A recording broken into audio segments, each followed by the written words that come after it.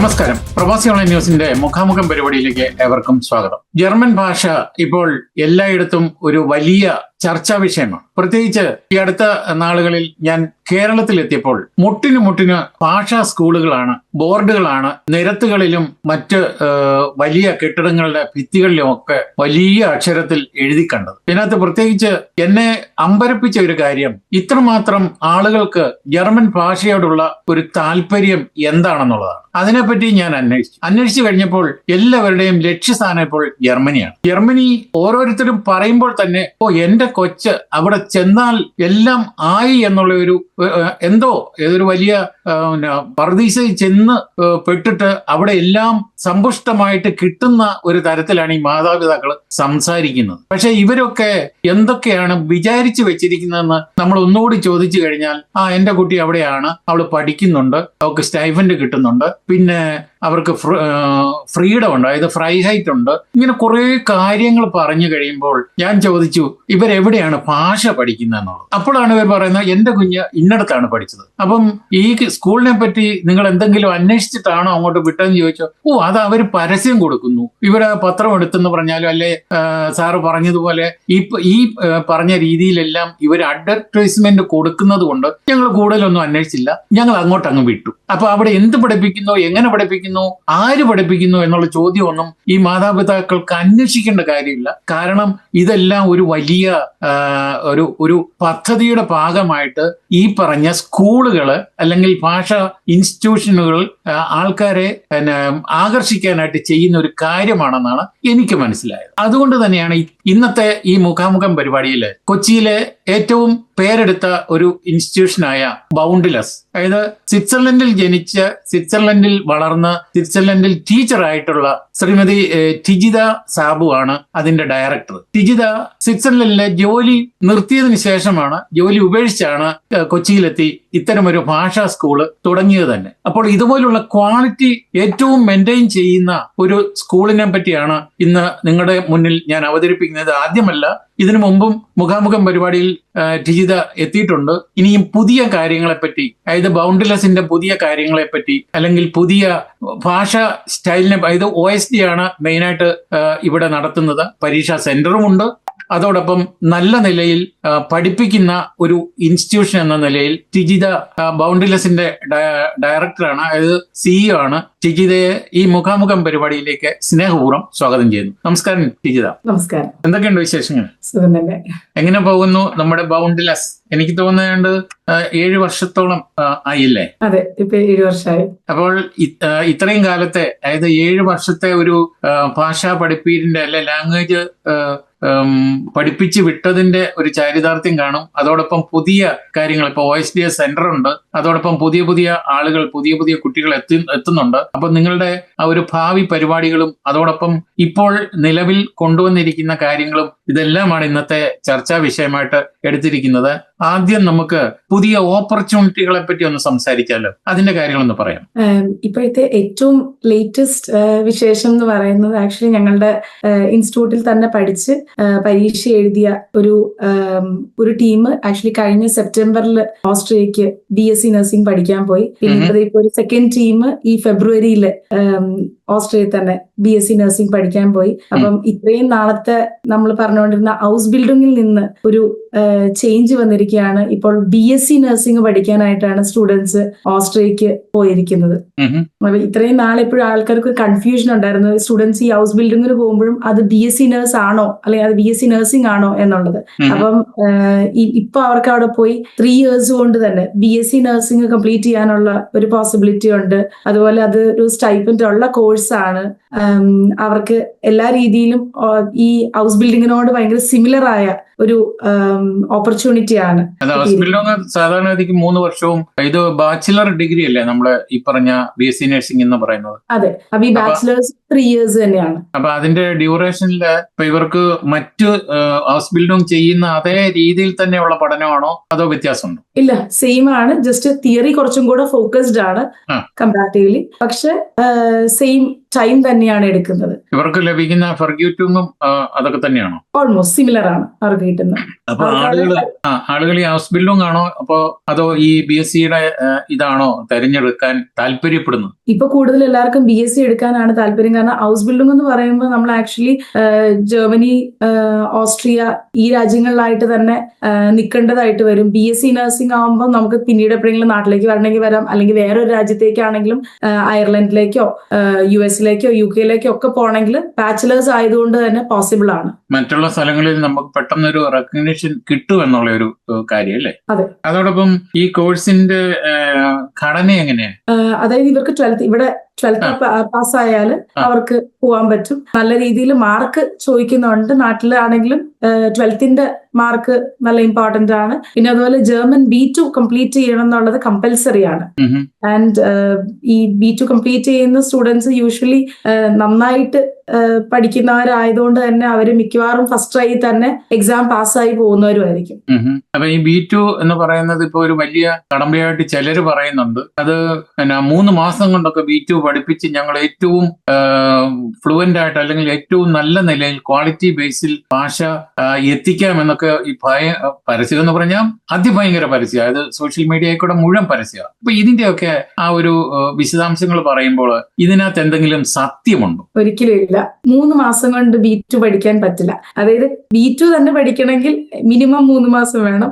അതുപോലെ അതിന് മുമ്പായിട്ട് A1, A2, B1 ഒക്കെ കംപ്ലീറ്റ് ചെയ്യണം. അപ്പൊ ഇതിനൊരു മിനിമം നമ്മൾ ടൈം പറയുന്നത് ക്ലാസ് ചിലപ്പോൾ 10 months തീരുമായിരിക്കും. ബട്ട് സ്റ്റിൽ എക്സാം എഴുതി പോകണമെങ്കിൽ, എക്സാം പാസ് ആവണമെങ്കിൽ എന്താണെങ്കിലും ഒരു 1 year എങ്കിലും എടുക്കണം. കാരണം നല്ലൊരു ലെവലിൽ അവരെത്തണം. ഈ B2 എന്ന് പറയുന്നത് അവർക്ക് പഠിക്കാനും B2 ലാംഗ്വേജിന്റെ ലെവൽ ഉണ്ടാവണം. അപ്പൊ ആ ലാംഗ്വേജ് മനസ്സിലാവുകയും ചെയ്യണം. ക്ലാസ്സിലൊക്കെ പറയുമ്പോൾ യൂണിവേഴ്സിറ്റിയിലൊക്കെ ഫുൾ ക്ലാസ് എടുക്കുന്നത് ജർമ്മനിലായിരിക്കും. ആ ജർമ്മനി പറയുന്നത് എല്ലാം മനസ്സിലാക്കാനും അത് വെച്ച് പഠിക്കാനും അവർക്ക് പറ്റണം. അപ്പൊ ആ ഒരു ലെവൽ എടുക്കാൻ എന്താണെങ്കിലും ഒരു 10 മാസം മിനിമം എടുക്കും. പ്ലസ് ഞാൻ പറഞ്ഞാൽ എക്സാം എഴുതി പാസ്സായി പോണെങ്കിൽ എന്താണെങ്കിലും 1 വർഷം എടുക്കും. ഒരു 3 മാസത്തിൽ ഒരിക്കലും പോസിബിൾ അല്ല. അപ്പൊ ഈ B2 എടുക്കുന്നതിന് മുമ്പ് അല്ല B2 ലെവലിലേക്ക് വരുന്നതിന് മുമ്പ് B1 പരീക്ഷ പാസ്സാകാതെ, അതായത് ഇൻസ്റ്റിറ്റ്യൂട്ട് മാത്രം നടത്തിയ ഒരു പരീക്ഷ ഇട്ട് അവരെ എല്ലാം B2ലേക്ക് കൊണ്ടുവരുന്ന ഒരു കാര്യമുണ്ട്. അതിനെപ്പറ്റി എന്താ അഭിപ്രായം?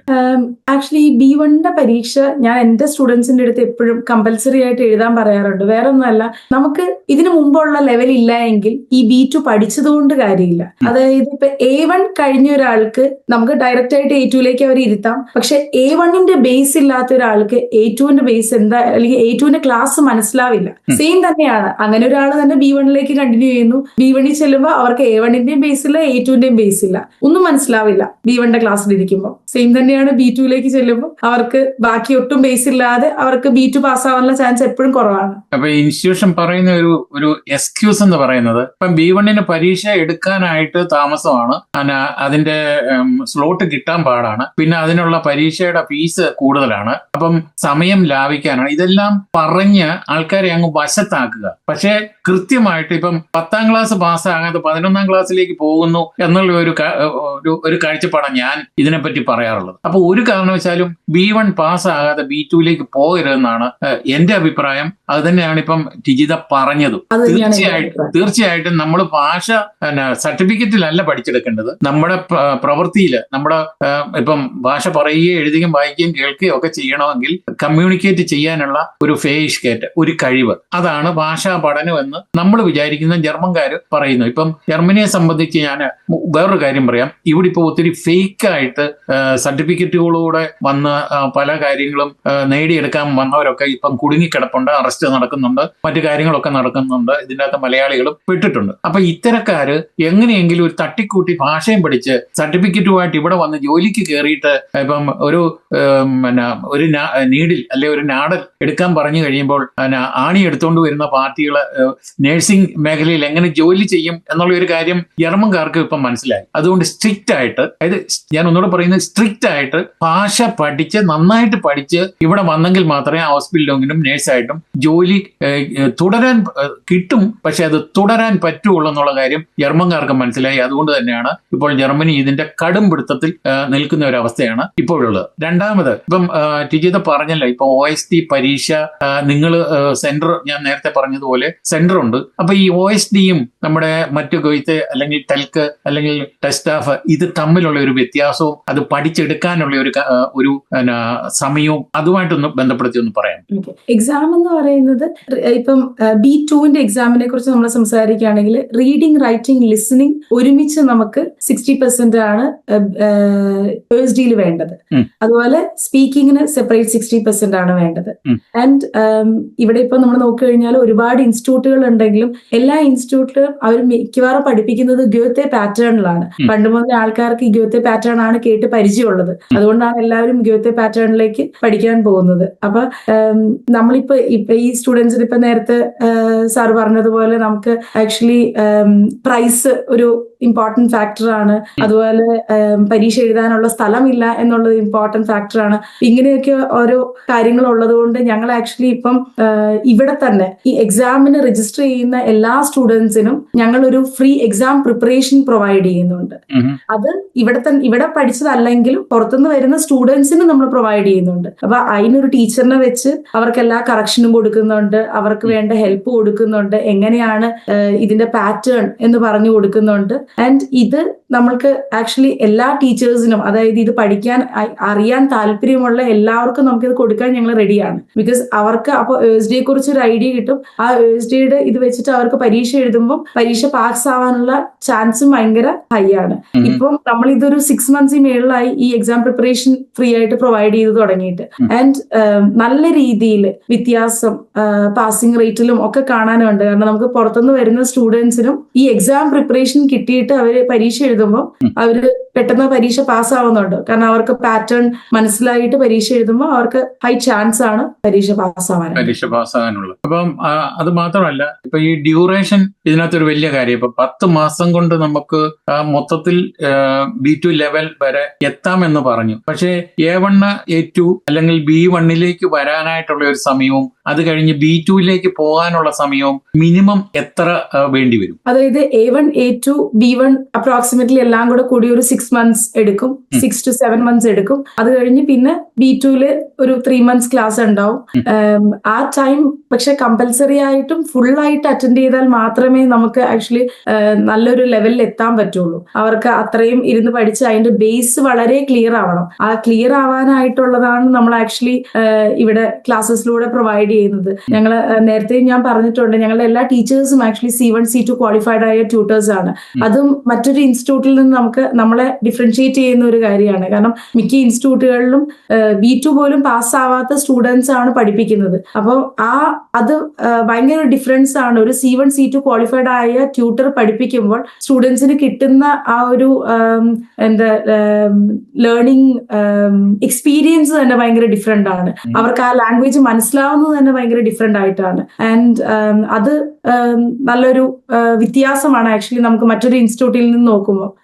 ഇത് പറഞ്ഞപ്പോഴാണ് ഞാൻ വേറൊരു കാര്യം ഓർത്തത്. ഞാൻ നാട്ടിൽ വന്നിരിക്കുമ്പോൾ മിക്കപ്പോഴും സെമിനാറുകളൊക്കെ എന്നോട് കണ്ടക്ട് ചെയ്യാൻ പറയുന്നുണ്ട്. അപ്പൊ ഞാൻ എടുത്തു കൊടുക്കുന്നുണ്ട്. ഇപ്പൊ 2 മണിക്കൂറും 3 മണിക്കൂറും നമ്മൾ ഈ ജർമ്മനിയെ പറ്റി, ജർമ്മൻ ഭാഷയെ പറ്റി, അല്ലെ ജർമ്മനിയിലേക്ക് വരാനുള്ള കാര്യങ്ങളെ പറ്റി മറ്റെല്ലാം കൂടെ ചേർത്തൊരു 2.5-3 മണിക്കൂർ നമ്മൾ പറയുമ്പോൾ ഇതിനകത്തൊക്കെ ഈ പഠിച്ചിട്ട് വന്നിട്ടുള്ള പിള്ളേരുകളൊക്കെ ഉണ്ട്, അതായത് കുട്ടികളുണ്ട്, അതായത് 19-നും 22-നും 23-നും ചിലപ്പം അതിൽ കൂടുതലും പ്രായമുള്ളവരൊക്കെ ഉണ്ട്. അപ്പൊ ഇതിനകത്ത് ചിലർ പറയുന്നുണ്ട്, ഞാൻ അവിടെ പഠിപ്പിക്കുകയായിരുന്നു, ഞാൻ ഇന്ന ഇൻസ്റ്റിറ്റ്യൂട്ടിൽ പഠിപ്പിക്കുകയായിരുന്നു. അപ്പൊ ഞാൻ ചോദിച്ചു, എന്തുണ്ട്, എത്രയാണ് നമ്മുടെ ഇതിന്റെ ലെവൽ എത്രയുണ്ടെന്ന് ചോദിക്കുമ്പോൾ ഞാൻ B1 പഠിച്ചിട്ടുള്ളൂ, പക്ഷെ ഞാൻ ക്ലാസ് എടുത്തിട്ടുണ്ട്. അതായത് B1 പഠിച്ചവരാണ് A1 പഠിപ്പിക്കുന്നത്, അല്ലെ A2 പഠിച്ചവരാണ് A1 ക്ലാസ് എടുക്കുന്നത്. അപ്പൊ ഇത് തന്നെ ഏറ്റവും വലിയ തെറ്റാണ് കാണിക്കുന്നത്. കാരണം ഈ പഠിക്കുന്ന പിള്ളേർക്ക് ഇതിനെപ്പറ്റി യാതൊരുവിധ ഗ്രാഹ്യവും ഇല്ലാതെ അവർ വന്നിരിക്കുന്നു, ഇവര് എന്തൊക്കെയോ പറയുന്നു. ഇതിന്റെ പ്രൊനൗൺസിയേഷൻ പോലും കറക്റ്റ് നമ്മൾ തന്നെ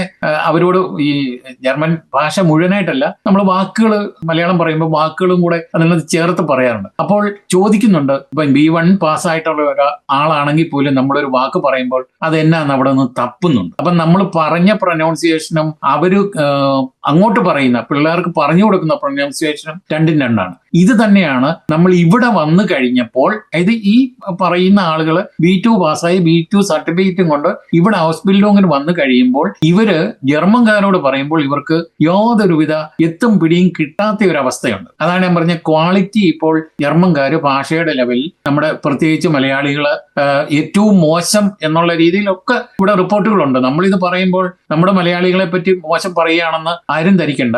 ഇവിടുത്തെ ഒരു സാഹചര്യമാണ്, ഇവിടുത്തെ ഒരു സത്യാവസ്ഥയാണ് നമ്മൾ പറയുന്നത്. രണ്ടാമത്, മലയാളത്തിൽ ജർമ്മൻ പഠിപ്പിക്കുക എന്നും പറഞ്ഞ് പരസ്യം ഫേസ്ബുക്കിൽ ഇഷ്ടം പോലെ ഉണ്ട്, എന്റെ വാട്സപ്പിൽ ഇഷ്ടം പോലെ എന്നും വരുന്നുണ്ട്. അപ്പൊ ഇങ്ങനത്തെ കൈകളെ ഞാൻ ഒരു പ്രാവശ്യം വിളിച്ച് ഞാൻ നാട്ടിൽ ആണെന്നുള്ള രീതിയിലൊന്ന് സംസാരിച്ചപ്പോൾ അവർക്ക് എങ്ങനെയോ മനസ്സിലായി ഞാൻ നാട്ടിലല്ല, ഞാൻ ഇവിടെയാണ്. അന്നേരം തന്നെ കട്ട് ചെയ്തിട്ട് ഞാൻ വേറൊരു നമ്പർ വിളിച്ചപ്പോൾ കഴിഞ്ഞപ്പോഴും ഇവർക്ക് ആള് മനസ്സിലായി കഴിഞ്ഞപ്പോൾ നമ്മളുമായിട്ട് യാതൊരുവിധ കോണ്ടാക്ട് എടുക്കാൻ അവർ താല്പര്യപ്പെടുന്നില്ല. അപ്പോൾ തന്നെ അത് ഏറ്റവും വലിയ ബെത്രൂഗ്, അതായത് ജർമ്മൻ ഭാഷയിൽ പറഞ്ഞാൽ ബെത്രൂഗ്, ചതിയല്ലേ അവിടെ നടത്തുന്നത്. അതായത് മലയാളത്തിൽ ജർമ്മൻ പഠിച്ചു കഴിഞ്ഞാൽ അത് എങ്ങനെ ഇവിടെ വന്ന് സംസാരിക്കാൻ പറ്റും? ഇതെല്ലാം നിങ്ങളെ ബേസ് ചെയ്ത് അല്ലെങ്കിൽ ടീച്ചേഴ്സിനെ ബേസ് ചെയ്തിട്ടുള്ള ക്വാളിറ്റി എന്ന് പറയുന്ന ആ ഒരു വാക്ക് തന്നെയാണ് ഇതിനകത്ത് ഇവർക്ക് ജർമ്മൻകാർക്ക് ഇപ്പോൾ വേണ്ടുന്നത്. അപ്പൊ നിങ്ങളുടെ ക്വാളിറ്റി, ഇപ്പൊ OSCEയുടെ പരീക്ഷയെ പറ്റി പറഞ്ഞപ്പോൾ ഇത് എപ്പോഴൊക്കെയാണ് ഈ പരീക്ഷ നടത്തുന്നത്, അതൊന്ന് പറയാം. ഞങ്ങൾ ആക്ച്വലി എല്ലാ മാസവും ഞങ്ങൾക്ക് പരീക്ഷ ഉണ്ട്. എല്ലാ മാസവും ലാസ്റ്റ് വീക്കിലാണ് ഇവിടെ ബൗണ്ട്ലെസ്സിൽ വെച്ചിട്ട് പരീക്ഷ നടത്തുന്നത്.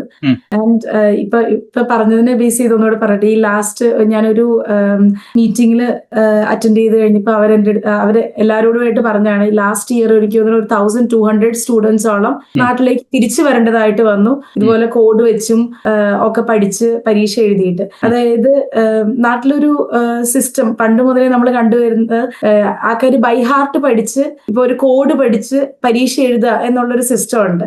അത് ഒരിക്കലും യൂറോപ്പിൽ വർക്ക് ചെയ്യില്ലാത്ത ഒരു സിസ്റ്റമാണ്. കാരണം നമുക്ക് ഇവിടുന്ന് ഒരു സാധനം കാണാതെ പഠിച്ചിട്ട് അവിടെ പോയി അത് യൂസ് ചെയ്യാൻ പറ്റില്ല. ഇതൊരു ലൈഫിലേക്ക് വേണ്ടിയാണ് നമ്മൾ പഠിക്കുന്നത്. ഇപ്പൊ ലാംഗ്വേജ് പഠിക്കുന്നത് ആക്ച്വലി നമുക്ക് ശരിക്കും ആൾക്കാരോട് സംസാരിക്കാനും കമ്മ്യൂണിക്കേറ്റ് ചെയ്യാനും അവിടുത്തെ സിറ്റുവേഷനിൽ ഹാൻഡിൽ ചെയ്യാൻ വേണ്ടിയിട്ടാണ്.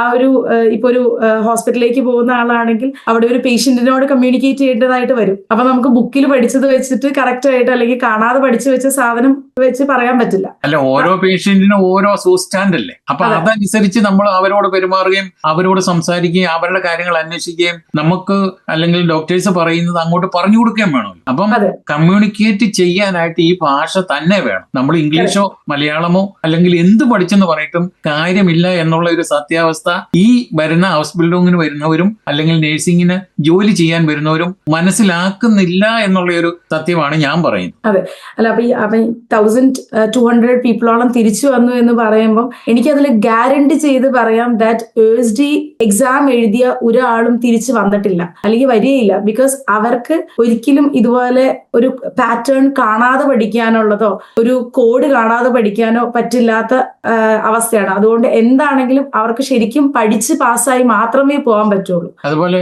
വേറൊരു കാര്യമുണ്ട്. ഇപ്പൊ നമ്മള് ഈ പറഞ്ഞ OSDയെ പറ്റി പറയുമ്പോൾ പലർക്കും OSD എന്താണ്, അല്ലെങ്കിൽ OSD അക്സെപ്റ്റബിൾ ആണോ, അല്ലെങ്കിൽ ഏത് രാജ്യം അംഗീകരിച്ചിട്ടുണ്ട്, അല്ലെ എവിടെയൊക്കെയാണ് ഇത് വിനിയോഗിക്കാൻ കഴിയുന്നത് എന്നുള്ള ഒരു കാര്യം പലർക്കും അറിഞ്ഞുകൂടാ. അപ്പൊ അതിനെപ്പറ്റി ഒന്ന് എക്സ്പ്ലെയിൻ ചെയ്യാം. USD എന്ന വാക്കിന്റെ അർത്ഥം തന്നെ ആക്ച്വലി Österreich, Schweiz, Deutschland എന്നാണ്. Österreich എന്ന് പറഞ്ഞു കഴിഞ്ഞാൽ ഓസ്ട്രിയ, ഷ്വൈറ്റ്സ് സ്വിറ്റ്സർലൻഡ്, ഡോയ്ച്ച്ലാൻഡ്, ജർമ്മനി. അപ്പൊ ഈ 3 രാജ്യങ്ങളിലും ജർമ്മൻ സംസാരിക്കുന്ന രാജ്യങ്ങളാണ്.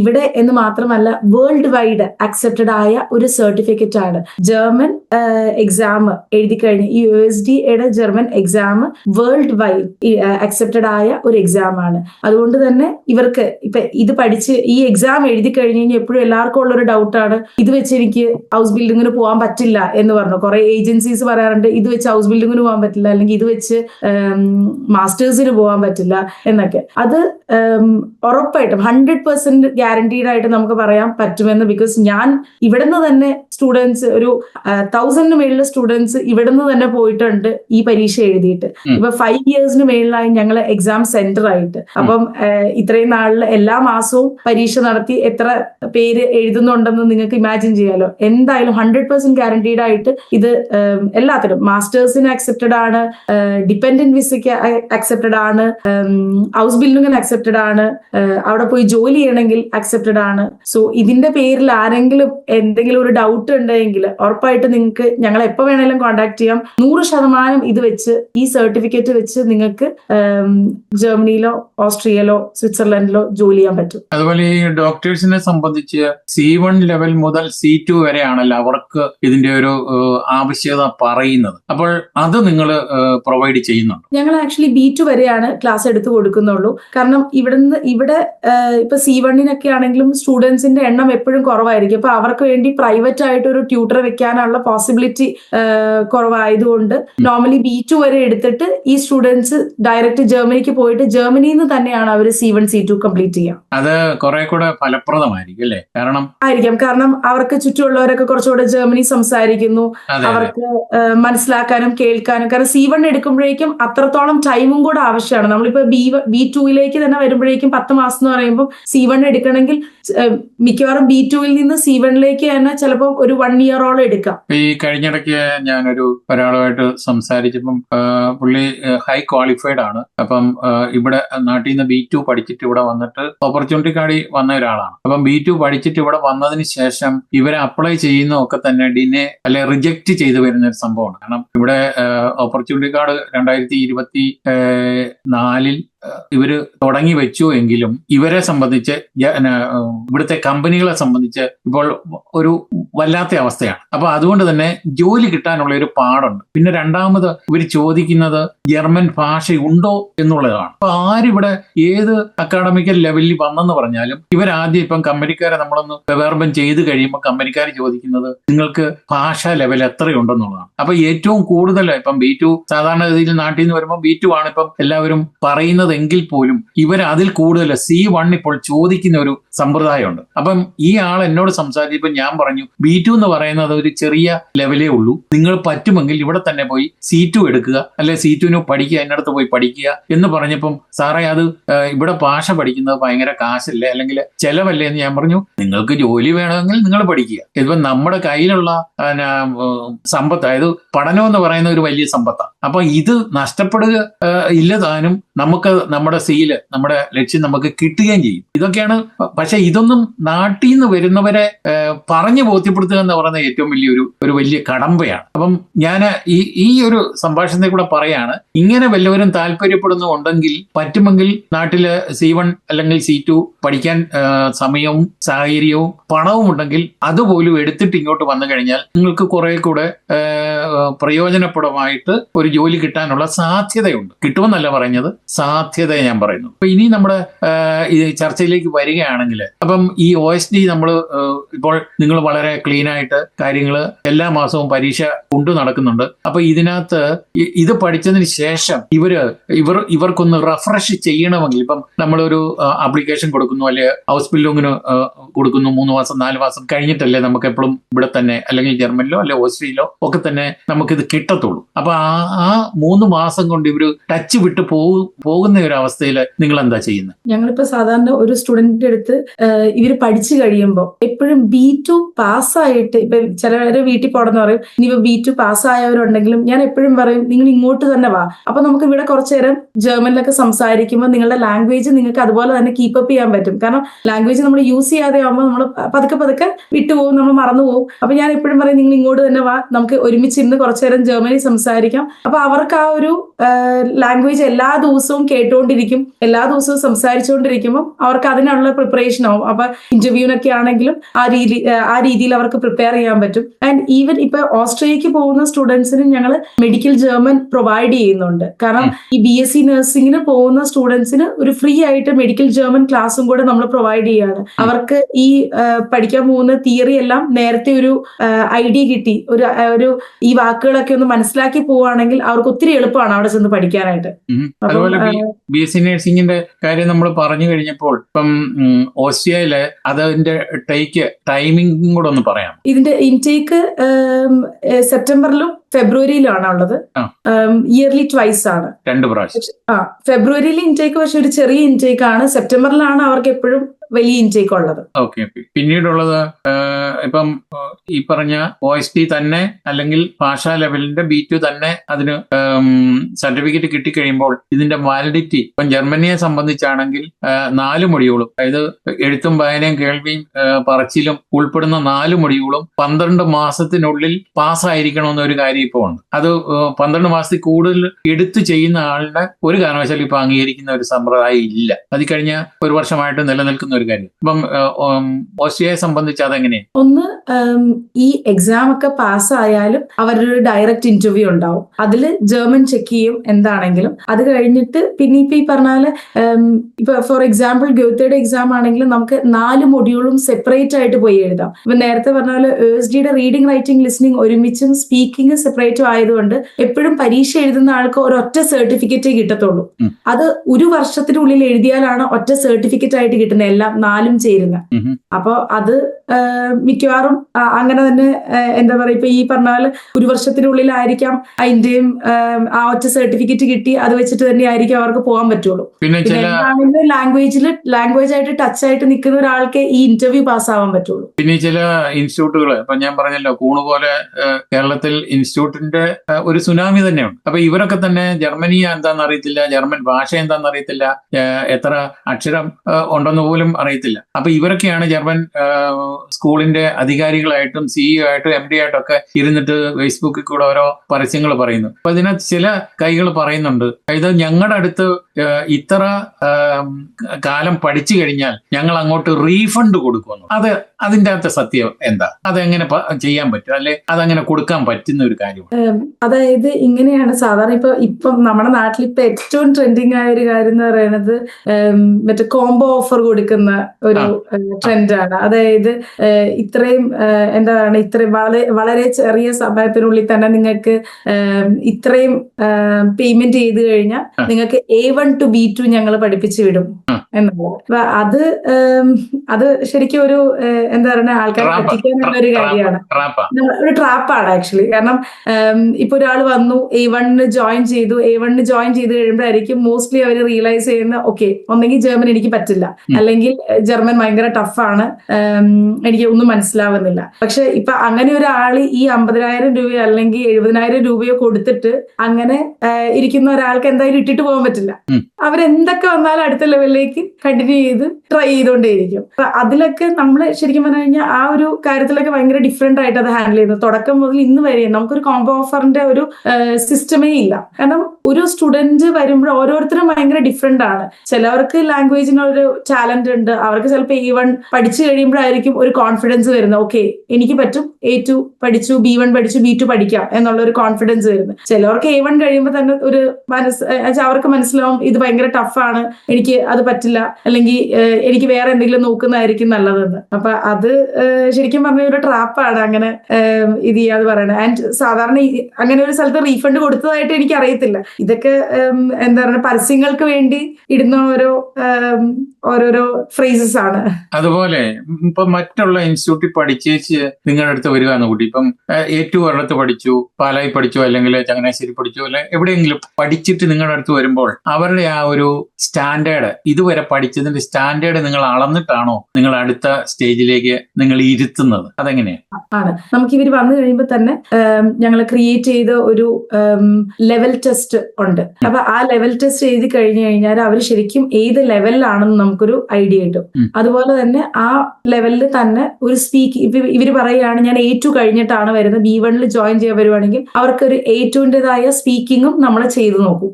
ചെയ്ത് നോക്കിയിട്ട് അവർ ഓക്കെ ആണ് എന്ന് കണ്ടു കഴിഞ്ഞാൽ നമ്മൾ അവരെ B1 ക്ലാസ്സിലേക്ക് B1 ബാച്ച് തുടങ്ങുമ്പോൾ ഇരുത്തും. ഇനി അവർ ഓക്കെ അല്ല എന്ന് കണ്ടു കഴിഞ്ഞാൽ നമ്മൾ അവരുടെ അടുത്ത് പറയും ഇന്ന ബാച്ചിലേക്ക് നിങ്ങൾ ഇരിക്കണം. അവിടെ മുതൽ പഠിച്ചില്ലെങ്കിൽ, കാരണം അവർക്ക് ആ ബേസിൽ ഞാൻ നേരത്തെ പറഞ്ഞതുപോലെ തന്നെ ആ ബേസ് ഇല്ലെങ്കിൽ പിന്നെ അടുത്ത ലെവൽ അവർ കണ്ടിന്യൂ ചെയ്തുകൊണ്ട് കാര്യമില്ല. അങ്ങനെ വരുന്നവര് ആരെങ്കിലും തിരിച്ചു ഞാൻ പഠിച്ചത് അവർ അംഗീകരിക്കുന്നില്ല, അല്ലെ അവർക്ക് അത് താല്പര്യമില്ല, അല്ലെ എന്നെ ഒരു അണ്ടർ എസ്റ്റിമേറ്റ് ചെയ്തു എന്നും പറഞ്ഞ് പോയ കേസുകൾ ഉണ്ടായിട്ടുണ്ട്. അങ്ങനെയുള്ള കേസസ് ഉണ്ടായി. ഉണ്ടായിട്ടില്ല. സാധാരണ അവർക്ക് മനസ്സിലാവും, അവർക്ക് തന്നെ കാണാൻ പറ്റും മറ്റു സ്റ്റുഡൻസിനെ അവർക്ക് അവരുടെ ഒപ്പം ഇരിക്കുമ്പോൾ അവർക്കൊരു ഐഡിയ കിട്ടും ദാറ്റ് അവർക്ക് എന്തോരം അറിയാം എന്നുള്ളത്. അപ്പം അവരങ്ങനെ പോയ ഒരു കേസ് ഒന്നും ഉണ്ടായിട്ടില്ല. അവർ യൂഷ്വലി ഈ മറ്റു സ്റ്റുഡൻസിനെ കാണുമ്പോൾ അവർക്ക് ഇത്രത്തോളം അറിയാമെന്ന് മനസ്സിലാക്കുമ്പോൾ അവർ അതിന്റെ ഒപ്പം പഠിച്ചെടുത്ത് പിന്നെ ആ ലെവലിൽ പോയിട്ടേ ഉള്ളൂ. എല്ലാവരും ഭാഷ പഠിക്കാനുള്ള ഒരു എളുപ്പ വഴി ഉണ്ടെന്ന് പറയുന്നുണ്ട്. അങ്ങനെ വല്ലതും ഉണ്ടോ? അങ്ങനെ എളുപ്പ വഴിയൊന്നും ഇല്ല. പിന്നെ ഇതിനോടൊരു ഇഷ്ടം എപ്പോഴും നമുക്ക് ഉണ്ടാവണം. നല്ലതായിട്ട് ഹാർഡ് വർക്ക് ചെയ്യണം. ഞാൻ എപ്പോഴും പറയുന്ന ഒരു കാര്യമുണ്ട്, ഹാർഡ് വർക്കാണ് നമ്മളെ സക്സസിലേക്ക് ലീഡ് ചെയ്യുന്നത്. ഹാർഡ് വർക്ക് എല്ലാ കാര്യത്തിലും, ഇതിൽ നിന്ന് ജർമ്മൻ പഠിക്കുന്നതിൽ മാത്രമല്ല നമ്മുടെ ജീവിതത്തിൽ എല്ലാ കാര്യത്തിലും ഇട്ട് കഴിഞ്ഞാൽ അതിന് ഉറപ്പായിട്ടൊരു സക്സസ് ഉണ്ടാവും. അതായത് ഈ 3 മാസം കൊണ്ട് ഞങ്ങൾ ജർമ്മൻ ഭാഷയുടെ അങ്ങേ അറ്റത്തെ ലെവൽ പഠിപ്പിച്ച് നിങ്ങളെ കയറ്റിവിടാം എന്നും പറഞ്ഞ് പരസ്യം കൊടുക്കുന്നവർക്ക് അവരുടെ അടുത്ത് പോയി പെട്ടുപോകുന്നതല്ലാണ്ട് അവർ ഒരു കാരണവശാലും ഭാഷയും പഠിക്കില്ല, ജർമ്മനി വരത്തുമില്ല എന്ന് ഞാൻ തന്നെ ഈ അവസരത്തിലൊന്ന് പറഞ്ഞാൽ ഒരിക്കലും ഒരു തെറ്റാകില്ല. പക്ഷെ അങ്ങനെ എളുപ്പത്തിൽ ആരും ഭാഷ പഠിക്കാൻ ശ്രമിക്കരുത് എന്ന് മാത്രമേ ഞാൻ പറയത്തുള്ളൂ. കാരണം കഴിഞ്ഞ 34 വർഷമായിട്ട് ഇവിടെ ജീവിക്കുന്ന ഒരാളെന്ന നിലയിൽ അന്നത്തെ കാലത്ത് നമ്മൾ വന്നു, ഭാഷ പഠിക്കാനുള്ള സൗകര്യം നാട്ടിലില്ലായിരുന്നു, നമ്മൾ ഇവിടെ വന്ന് പഠിച്ചു. ഇപ്പോഴും നമ്മൾ ഭാഷ പഠിച്ചുകൊണ്ടിരിക്കുകയെന്ന് ഞാൻ പറയും. കാരണം നമ്മൾ ജനിച്ചു വളർന്ന ഒരു നാടല്ല. പക്ഷെ പുതിയൊരു നാട്ടിൽ വന്നു കഴിഞ്ഞപ്പോൾ ഇവിടുത്തെ കാര്യങ്ങൾ ഇപ്പം എല്ലാവരും നിഘണ്ടു അല്ലെങ്കിൽ ഒരു ഭാഷയുടെ നിഘണ്ടു ആകണമെന്ന് ഇല്ല, നിർബന്ധമില്ല. അതിപ്പോ ഓരോരുത്തർ താല്പര്യമാണ്. അപ്പൊ ഈ ഭാഷാ പഠനം എന്ന് പറയുന്ന പോലെ ടിജിത പറഞ്ഞതുപോലെ നമ്മുടെ ഒരു ടാലന്റ് ആണ് ഭാഷാ പഠനം എന്ന് പറയുന്നത്. അപ്പൊ അത് നമ്മൾ എത്രമാത്രം വികസിപ്പിച്ചെടുക്കുക. ഇനിയിപ്പം ഭാഷ ഉപയോഗിച്ചെങ്കിൽ മാത്രമേ അതിനൊരു വികസനം ഉണ്ടാകൂ. നമ്മൾ എല്ലാം പഠിച്ചു, അല്ലെ ഗ്രാമാറ്റിക്കല് കംപ്ലീറ്റ് അതിന്റെ A to Z നമ്മൾ പഠിച്ചു എങ്കിലും നമ്മളിത് പ്രയോഗിക്കാതെ ഇരുന്ന് കഴിഞ്ഞാൽ വെറുതെ ആയിപ്പോവും. അതുകൊണ്ട് നമ്മൾ പറഞ്ഞു എഴുതിയും കേട്ടും വായിച്ചും ഇത് വരുന്നവരോടൊക്കെ നമ്മൾ പറയുന്ന ആദ്യത്തെ ഉപദേശമാണ്, നിങ്ങൾ ഭാഷ എത്ര പഠിച്ചു എന്നുള്ളതല്ല, ഇനിയും പഠിക്കാനിരിക്കുന്നതുകൊണ്ട് നിങ്ങൾ ഇത് തന്നെ മുന്നോട്ട് പോകണം. അപ്പൊ ഇതൊക്കെ കേൾക്കുന്നവർക്ക് പലർക്കും ഒരു അരോചകമാണ്. അപ്പൊ നിങ്ങളെ സംബന്ധിച്ച് നിങ്ങളൊരു സ്കൂൾ നടത്തുന്ന അല്ലെങ്കിൽ ഒരു ഇൻസ്റ്റിറ്റ്യൂഷൻ നടത്തുന്ന ഒരാളെന്ന നിലയിൽ ഈ ഭാഷ പഠിക്കുന്നവർക്ക് ആൽഗമൈനായിട്ട് ജനറൽ ആയിട്ട് എന്തൊരു ഉപദേശം കൊടുക്കാൻ? മെയിൻ ആയിട്ടുള്ള ഉപദേശം, നമ്മൾ ഒരു ഇൻസ്റ്റിറ്റ്യൂട്ട് തിരഞ്ഞെടുക്കുമ്പോൾ ഭയങ്കര ചിന്തിച്ച് അത് ചെയ്യുക. അതിനകത്ത് കുറെ കാര്യങ്ങളുണ്ട്. ഒന്ന്, നമ്മൾ ടീച്ചേഴ്സ്, ഏത് ടീച്ചേഴ്സാണ് പഠിപ്പിക്കുന്നത് എന്നുള്ളത് ഭയങ്കര ഇമ്പോർട്ടൻ്റ് ആണ്. ടീച്ചേഴ്സിന്റെ ലെവൽ എന്താണ് എന്നുള്ളത് ഭയങ്കര ഇമ്പോർട്ടൻ്റ് ആണ്. പിന്നെ ഇതിന് ഈ പറഞ്ഞ പോലെ പെട്ടെന്ന് പഠിച്ചെടുക്കാൻ പറ്റില്ല, അതിനൊരു ടൈമുണ്ട്. ആ ടൈം എത്ര ടൈമുണ്ട്, ഈ ഇതിന് കോഴ്സ് ഡ്യൂറേഷൻ എങ്ങനെയാണ് എന്നുള്ളത് ഭയങ്കര ഇമ്പോർട്ടൻ്റ് ആണ്. പിന്നെ ഇപ്പൊ നമുക്ക് എക്സാം എഴുതാനുള്ള പോസിബിലിറ്റി അത് ഭയങ്കര ഇമ്പോർട്ടൻ്റ് ആണ്. കാരണം നമുക്ക് ഇപ്പൊ കേട്ട് കഴിഞ്ഞാൽ അറിയാം, ഒരുപാട് പേര് ഒരു എക്സാം എഴുതാൻ ചെന്നൈക്ക് പോകും, പിന്നെ മലേഷ്യക്ക് പോകുന്നവരുണ്ട്, ദുബായിക്ക് പോകുന്നവരുണ്ട്. എക്സാം എഴുതാനായിട്ടുള്ള പോസിബിലിറ്റി ഭയങ്കര ഇമ്പോർട്ടൻ്റ് ആണ്. കാരണം എക്സാം എഴുതാൻ പറ്റുക എന്ന് പറയുന്നത് തന്നെ ഒരു വലിയ ചാൻസ് ആണ്. നേരത്തെ പറഞ്ഞതുപോലെ ഒരിക്കലും A2 കഴിയാതെ ഒരാൾ B1 കഴിഞ്ഞിട്ടില്ല, അല്ലെങ്കിൽ B1 പാസ്സാവാത്ത ഒരാളും B2 പാസ്സായിട്ടില്ല. അപ്പൊ ആ ബേസ് ക്ലിയർ ആക്കി പോവുക എന്നുള്ളത് ഭയങ്കര ഇമ്പോർട്ടൻ്റ് ആണ്. അതുകൊണ്ട് തന്നെ എക്സാം സെന്റർ ഉണ്ടോ എന്നുള്ളതും ഭയങ്കര ഇമ്പോർട്ടൻ്റ് ആയ ഒരു ഫാക്ടറാണ്. ഇപ്പം നമ്മൾ BSc നഴ്സിംഗിന്റെ കാര്യം പറഞ്ഞപ്പോൾ ഇപ്പം ഈ അടുത്ത നാളുകളിലാണ് ഇതിന് നാട്ടിൽ നിന്ന് പുറത്ത്, അതായത് ജർമ്മനി അല്ലെങ്കിൽ ഓസ്ട്രേലിയയില് BSc നഴ്സിംഗ് കോഴ്സിന് പങ്കെടുക്കാമെന്നും അവിടെ പഠിക്കാനുള്ള ഒരു സാഹചര്യം ഉണ്ടെന്നുള്ളത് മനസ്സിലായി. അപ്പൊ അത് ആൾക്കാർ എങ്ങനെയാണ് അതിനെ ഒന്ന് അക്സെപ്റ്റ് ചെയ്തുകൊണ്ടിരിക്കുന്നത്? അതിനെപ്പറ്റി ഒന്ന് പറയാം. അതിന്റെ ആക്ച്വലി ഡിമാൻഡ് ഭയങ്കര ഹൈ ആണ്. വേറെ ഒന്നല്ല, നാട്ടിലെന്ന് പറയുമ്പോൾ നമുക്കൊരു 13 ലക്ഷം രൂപയൊക്കെ ആവുന്നുണ്ട് BSc നഴ്സിംഗ് പഠിക്കാനായിട്ട്. ഇത് സ്റ്റൈപ്പൻഡോട് കൂടി ഒരു ബാച്ചിലേഴ്സ് യൂറോപ്പിൽ ചെയ്യാന്ന് പറയുന്നത് ഭയങ്കര വലിയ കാര്യമാണ്. ആൻഡ് ആ ബാച്ചിലർ ഡിഗ്രി ഇപ്പൊ ഇത്രയും നാള് നാട്ടിലെ ആൾക്കാർ ബാച്ചിലേഴ്സ് ആയതുകൊണ്ടാണ് നാട്ടിൽ ചെയ്തിട്ട് പോയിക്കൊണ്ടിരുന്നത്. കാരണം ഹൗസ് ബിൽഡിംഗ് ബാച്ചിലേഴ്സിനും സെയിം അല്ലാത്തത് കൊണ്ട് ആൾക്കാർ ഇവിടെ നിന്ന് BSc നഴ്സ് ആയിട്ട് ജർമ്മൻ പഠിച്ചായിരുന്നു ഇത്രയും നാള് യൂറോപ്പിലേക്ക് പോയിക്കൊണ്ടിരുന്നത്. പക്ഷെ ഇപ്പൊ നമുക്ക് ശരിക്കും അവിടെ പോയി BSc നഴ്സിംഗ് സ്റ്റൈപ്പൻഡോടുകൂടി പഠിക്കുന്നതാണ് ഏറ്റവും നല്ല ഓപ്ഷൻ. കാരണം കോസ്റ്റും കുറവാണ്, സ്റ്റുഡൻസിന് നല്ലൊരു ഓപ്പർച്യൂണിറ്റിയാണ്. തിരിച്ച് നമ്മൾ യൂറോപ്പ് വിട്ടാലും നമുക്ക് വേറെ രാജ്യത്ത് പോയി കഴിഞ്ഞാൽ ജോലി സാധ്യത, ഇനി തിരിച്ച് കേരളത്തിലാണെങ്കിൽ പോലും ഇപ്പം ശമ്പളം കുറവാണെന്നുള്ള ഒരു കാര്യം മറന്നുകൂടാ. എങ്കിൽ പോലും സ്വന്തം നാട്ടിൽ ജോലി ചെയ്യുക എന്നുള്ളത് ഏതൊരാളുടെയും ഒരു വലിയ സ്വപ്നം തന്നെയാണ്. അപ്പം അങ്ങനെ ഉള്ളവർക്കും ഈ ഒരു BSc നഴ്സിംഗ് ഓസ്ട്രിയയിലെ അത് അക്സെപ്റ്റബിൾ ആണെന്നുള്ള ഒരു കാര്യമാണ് ടിജിത സൂചിപ്പിച്ചത്, അല്ലേ? അതെ, നാട്ടിൽ നിന്ന് പോകുന്ന സ്റ്റുഡൻസിന് ആക്ച്വലി ഇപ്പൊ ഇവിടുന്ന് BSc നഴ്സിംഗ് കഴിഞ്ഞാലും അവർ BSc നഴ്സ് ആയിട്ടല്ല ഡയറക്റ്റ് പോകുന്നത്. ഈവൻ ഇവിടെ ജർമ്മൻ പഠിച്ചു കഴിഞ്ഞാലും അവരവിടെ ചെന്ന് അത് രജിസ്ട്രേഷൻ ഒരു ടൈം എടുക്കും. പക്ഷെ അവിടെ പഠിക്കുന്ന സ്റ്റുഡൻസ് ഡയറക്റ്റ് രജിസ്റ്റേർഡ് ആണ്. ആൻഡ് അവർക്ക് പഠിച്ചിറങ്ങുമ്പോൾ മുതൽ അവര് ഇപ്പൊ ഓസ്ട്രിയയിലാണെങ്കിൽ അവര് 50,000 euros ആണ് ഗ്യാരണ്ടീഡ് ഇയർലി സാലറി പറയുന്നത്. അത് എനിക്ക് തോന്നുന്നു ജർമ്മനിയെക്കാട്ടിലും ഇപ്പോൾ കൂടുതൽ ശമ്പളം കൊടുക്കുന്ന ഓസ്ട്രിയ. അപ്പൊ അത് ഈ പറഞ്ഞ പോലെ നാട്ടിൽ BSc നഴ്സിംഗ് പഠിച്ചിട്ടുള്ള ഒരാളാണെങ്കിലും അത് ഇവിടെ വന്നു കഴിയുമ്പോൾ അതിന്റെ ഡെഫിസിറ്റ് എന്താണ്, അല്ലെ നമ്മുടെ പ്രാക്ടിക്കൽ അല്ലെ തിയറിയിലുള്ള ആ ഒരു ഡെഫിസിറ്റ് മണിക്കൂറുകളൊക്കെ തന്നെ ഓവർകം ചെയ്തതിന് ശേഷം മാത്രമേ ഒരു അക്സെപ്റ്റൻസ് കൊടുക്കുകയുള്ളൂ, അത് ഫുൾ അക്സെപ്റ്റൻസ് കൊടുക്കുകയുള്ളൂ. അതേസമയം ഓസ്ട്രിയയിൽ പഠിച്ചിറങ്ങുന്ന ആളിന് പിറ്റേ ദിവസം മുതൽ അവർ പഠിച്ചിറങ്ങി പരീക്ഷ പാസ്സായെങ്കിൽ അന്നേരം തന്നെ അവർക്ക് കിട്ടുന്ന ഒരു വലിയ കാര്യമാണ് അക്സെപ്റ്റൻസ് എന്ന് പറയുന്നത്. അപ്പൊ ഇത് രണ്ടും BSc ആണെന്ന് പറയുമ്പോഴും അതിനൊരു ചെറിയ വ്യത്യാസം അല്ലെ സമയ താമസം ഉണ്ടാകുന്നുണ്ട്. അതുകൊണ്ട് തന്നെ ഇപ്പം BSc നഴ്സിംഗ് തിരഞ്ഞെടുക്കുന്നവർ അല്ലെ BSc നഴ്സിംഗിന് പോകാൻ താല്പര്യമുള്ളവർ ഓസ്ട്രിയയ്ക്ക് വണ്ടി കയറുന്നതായിരിക്കും, അല്ലെങ്കിൽ നമ്മുടെ ബൗണ്ടലസുമായിട്ട് ബന്ധപ്പെട്ട് കാര്യങ്ങൾ നടത്തുന്നതായിരിക്കും ഏറ്റവും ഉചിതമെന്നാണ് എനിക്ക് തോന്നുന്നത്. അപ്പോൾ ഇത്രയും നേരം നമ്മുടെ ഭാഷാപരവും അല്ലെങ്കിൽ ഭാഷയും OSDയുമായിട്ടും മറ്റ് നഴ്സിംഗുമായിട്ടും ബന്ധപ്പെട്ട കാര്യങ്ങൾ വളരെ വിശദമായിട്ട് തന്നെ നമ്മുടെ മുന്നിൽ അവതരിപ്പിച്ച ടിജിതയ്ക്ക് ഏറ്റവും ഹൃദയം നിറഞ്ഞ നന്ദി അറിയിക്കുന്നു. അതോടൊപ്പം പുതിയ കുട്ടികൾ അങ്ങോട്ട് വരട്ടെ, നിങ്ങളുടെ പ്രസ്ഥാനത്തിന് കൂടുതൽ ആളുകൾ നെഞ്ചിലേറ്റട്ടെ എന്ന് പ്രത്യേകം ആശംസിച്ചുകൊണ്ട് ഹൃദയപൂർവ്വം നന്ദി അറിയിക്കുന്നു. നമസ്കാരം. Thank you so much.